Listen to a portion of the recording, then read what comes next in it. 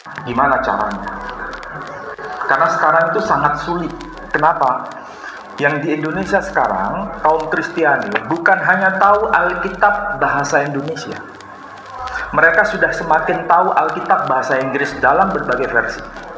Mereka bahkan tahu Alkitab bahasa Arab dalam berbagai versi. Mereka tahu literatur Kristen dalam bahasa Arab. Saudara sudah masuk ke sana belum? Bahkan mereka tahu ayat-ayat Quran dan tahu hadis-hadis.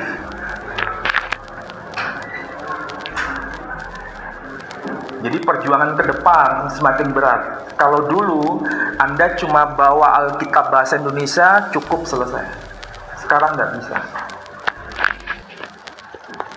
Bahkan mereka kalau menggunakan hadis bukan terjemahan, langsung kitab Sahih Bukhari, bahasa Arabnya. Nanti saya berikan contoh. Tapi contohnya saya berposisi sebagai non-Muslim. Saya akan debat saudara dengan kitab saudara sendiri.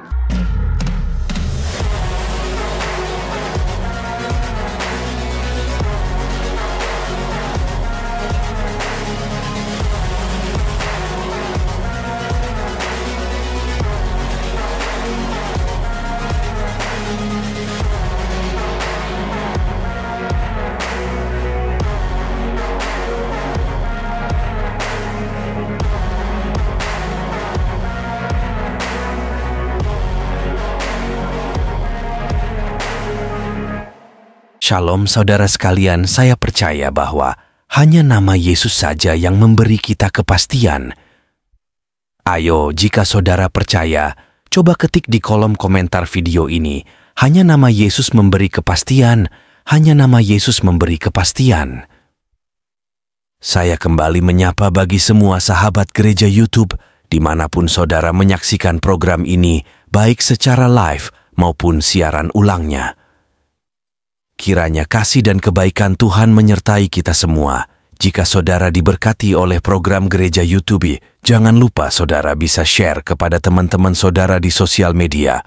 Dan juga saudara bisa komen yang positif, serta pencet like-nya dan jempolnya. Serta jangan lupa klik tulisan warna merah, bertulisan subscribe YouTube channel. Gereja YouTube, hari ini saya mau membagikan kesaksian, maka dari itu, mari kita saksikan dulu video berikut ini. Gimana caranya? Karena sekarang itu sangat sulit. Kenapa? Yang di Indonesia sekarang, kaum Kristiani bukan hanya tahu Alkitab bahasa Indonesia. Mereka sudah semakin tahu Alkitab bahasa Inggris dalam berbagai versi.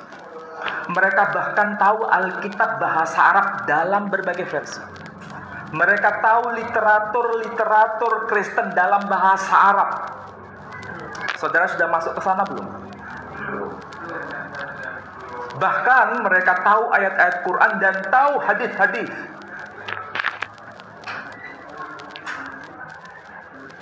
Jadi perjuangan ke depan semakin berat. Kalau dulu Anda cuma bawa Alkitab bahasa Indonesia cukup selesai.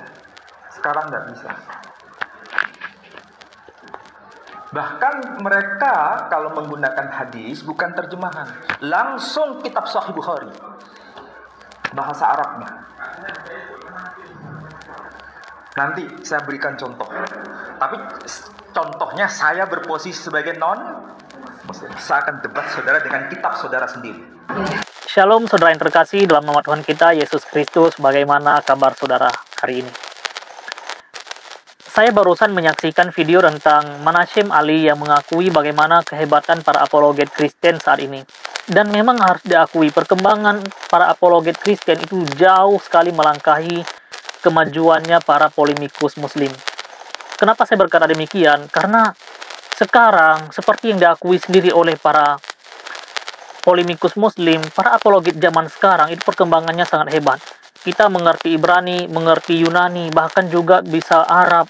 Bahkan ketika kita membawa data-data, itu data yang kita bawakan selalu valid tanpa ada data yang dikutip dari sumber yang tidak terpercaya. Katakanlah seperti beberapa polemikus Muslim yang mengutip sumber dari republika.com atau dari tribun.com, itu sumber-sumber yang tidak valid dan tidak bisa dipertanggungjawabkan untuk tingkat keasliannya atau tingkat kevalitannya itu harus dipertanyakan, karena mereka sendiri juga mengutip dari sumber-sumber lain. Namun beda cerita, saudara, dengan kita para apologet Kristen. Kita selalu mencek setiap data yang kami bawakan, itu sangat mendetail sekali. Bahkan untuk hadis, ayat Al-Quran, kita pelajari ashabun nuzulnya ini bagaimana, latar belakangnya ini bagaimana, sejarahnya ini bagaimana, sampai ke paling titik poin yang tidak penting menurut sebagian orang, itu pun kita cek semuanya sampai kita bawakan ke ranah diskusi. Makanya dalam beberapa kali diskusi, kalau saudara saksikan, mereka mempermalukan diri sendiri dengan data yang mereka kutip yang tidak berdasarkan selalu. Saudara perhatikan pengakuan Manashim Ali seperti video berikut ini. Beliau mengakui bagaimana kehebatan para apologet Kristen saat ini. Bahkan hampir tidak ada polemikus Muslim yang saat ini bisa menyamai pengetahuan para apologet Kristen. Selamat menyaksikan video ini. Gimana caranya? Karena sekarang itu sangat sulit. Kenapa? Yang di Indonesia sekarang, kaum Kristiani bukan hanya tahu Alkitab bahasa Indonesia. Mereka sudah semakin tahu Alkitab bahasa Inggris dalam berbagai versi. Mereka bahkan tahu Alkitab bahasa Arab dalam berbagai versi. Mereka tahu literatur Kristen dalam bahasa Arab. Saudara sudah masuk ke sana belum? Bahkan mereka tahu ayat-ayat Quran dan tahu hadis-hadis.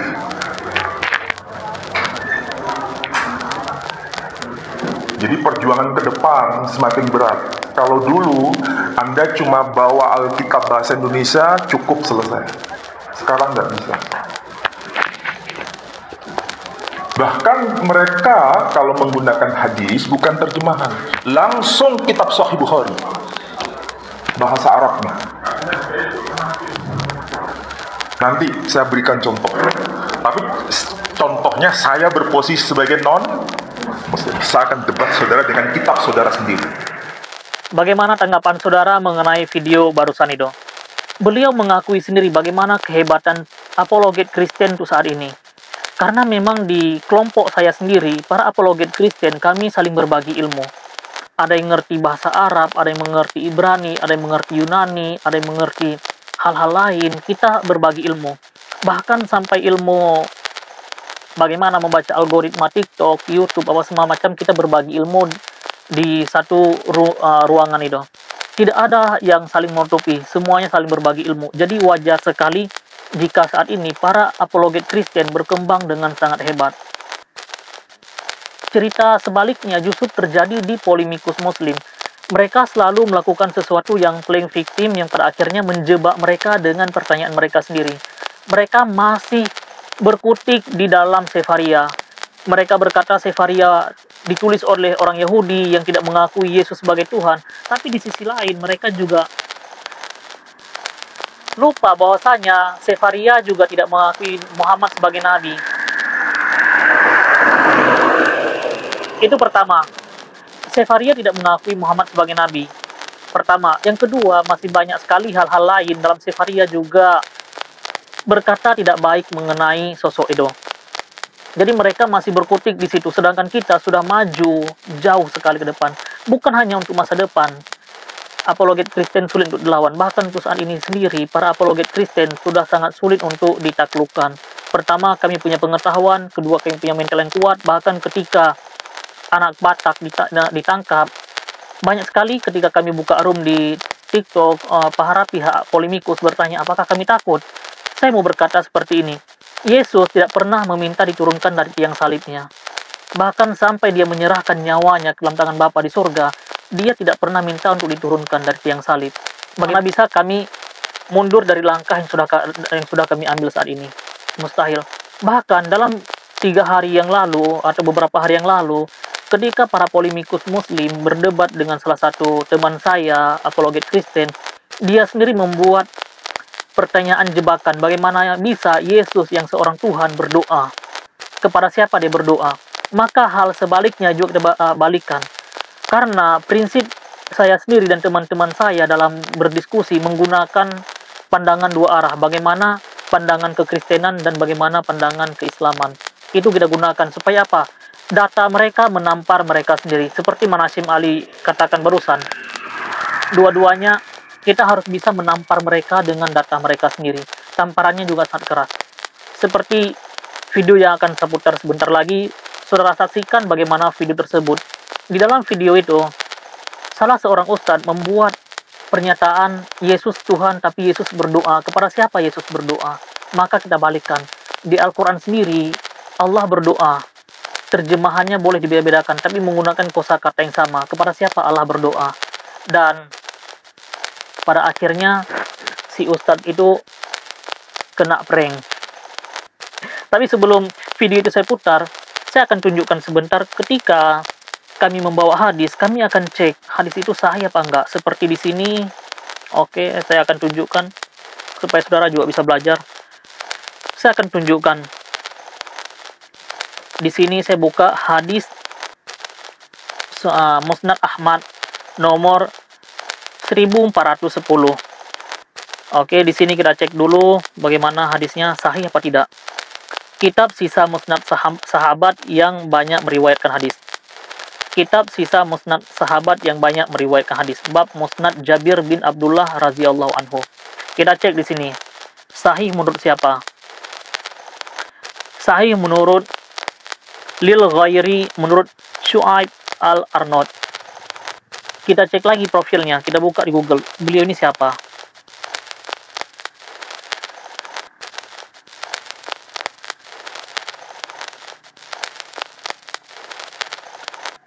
Kita cek lagi ke Google,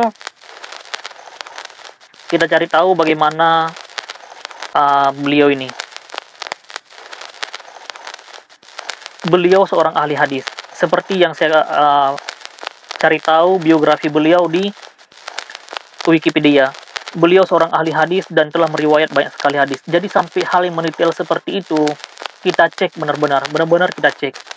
Makanya sulit sekali untuk bisa melawan para apologet Kristen. Di sini di hadis ini menceritakan, telah bercerita kepada kami Abdus Samad, telah bercerita kepada kami Har, yaitu Ibnu Abu Aliyah dari Abu Az-Zubair, dari Jabir bin Abdullah Al-Ansori. Rasulullah melihat seorang wanita, lalu beliau kagum dengannya.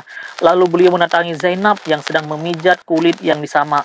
Maka Rasulullah memenuhi hajatnya dengan Zainab dan berkata, seorang wanita terlihat dari depan dengan gambar setan dan dari belakang dengan gambar setan. Maka jika salah satu dari kalian melihat seorang wanita kemudian ia kagum dengannya, maka datangilah istrinya, karena yang demikian itu bisa menolak apa yang ada dalam jiwanya. Nafsu dengan siapa, yang dikutuk siapa, memang manusia seperti kelakuannya. Jika terlalu tinggi memuja, jika sudah jadi pemuja nafsu. Ini hadis yang saya kutip, saya tampilkan di layar nanti supaya saudara juga bisa belajar. Jadi tidak sembarangan data yang kami bawakan. Semua data yang dibawakan itu sudah kita cross check dulu sahih apa tidak dan bagaimana tingkat kevalidannya, dan diakui nggak di negara kita Indonesia. Dan saya juga akan tampilkan bagaimana diskusi pada waktu itu antara teman saya yang seorang apologet Kristen dan seorang ustadz. Beliau memberikan pertanyaan jebakan, yaitu Yesus berdoa kepada siapa, dan hal itu kita balikan kepada Al-Quran yang pada akhirnya menampar beliau sendiri. Saudara saksikan dan ketawa saja dengan apapun yang terjadi. Pertanyaan saya, bro, ya. Nah, tentang Lukas, ya, Lukas 6:12, bro. Pada waktu itu pergilah Yesus ke bukit untuk berdoa dan semalam-malaman ia berdoa kepada Allah. Nah, di sini ada kata-kata Yesus berdoa, bro. Kalau kita lihat di dalam Bible yang berbahasa Arab, itu lafalnya menggunakan liusolli. Tetapi bukan 56, bro, itu yang salah. Ayatnya 43, itu pranknya di situ, kawan. Jadi Allah yusoli itu di ayat 43 lah, bukan yusoluna di 56. Itu, brother. Nah, Allah subhanahu wa lazi yusoli prank. Jadi di sini kan Anda mendakwa saya dengan Yesus berdoa, yusoli katamu. Ya, Allah juga yusoli, bro. Tapi diartikan dia memberi rahmat. kepadamu. Oke, di dalam Alkitab ya, itu prank buat Anda bro, kawanku. Sorry ya, karena saya nggak apa-apa, karena ada seorang yang paham, nggak apa-apa kalau prank-prank seperti itu. Saudara perhatikan bagaimana di dalam video itu pertanyaan dia menjebak dia sendiri. Jadi seperti itulah kualitas para apologet Kristen hari ini.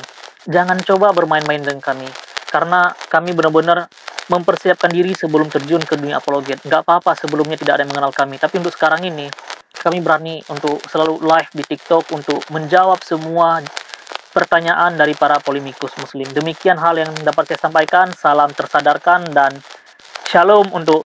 Nah, saudara, gereja YouTube itu tadi videonya sangat luar biasa ya saudara. Bagaimana beliau menceritakan rentetan dari apa yang dirasakannya, apa yang dialaminya, sangat luar biasa dan pastinya dahsyat luar biasa. Buat saudara gereja YouTube, nggak usah payah-payah, cukup katakan di kolom komentar atau tuliskan Tuhan Yesus baik atau Yesusku maha besar, Yesusku sangat dahsyat. Hanya dengan menuliskan itu di kolom komentar, saudara sudah ambil bagian di pelayanan gereja YouTube. Selain itu, agar kami terus semangat lagi buat konten rohani, tolong balas di komen dengan katakan Tuhan Yesus baik atau Tuhan Yesus maha besar.